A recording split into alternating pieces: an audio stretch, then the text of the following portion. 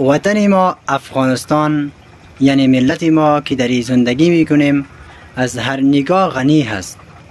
یعنی پول و سرمایه هنگفتی در زیر کوههای ازی و در زیر زمین ازی نهفته است. اگر واقعا که به خاطر رضای الله سبحانه و تعالی از این مدنها و از این سرمایه های زیرزمینی استفاده شود و به خاطر آبادی وطن استفاده شود و در راهی که باید مصرف شود اگر این به مصرف برسد، وطن ما افغانستان آباد می شود. یعنی اقتصادی افغانستان و اقتصادی ملت خیلی ها ترقی می کند و خیلی ها به اقتصادی بالایی دست می یابیم.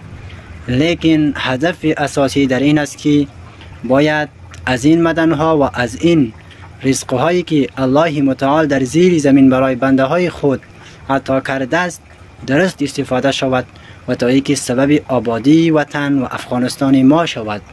سلام علیکم.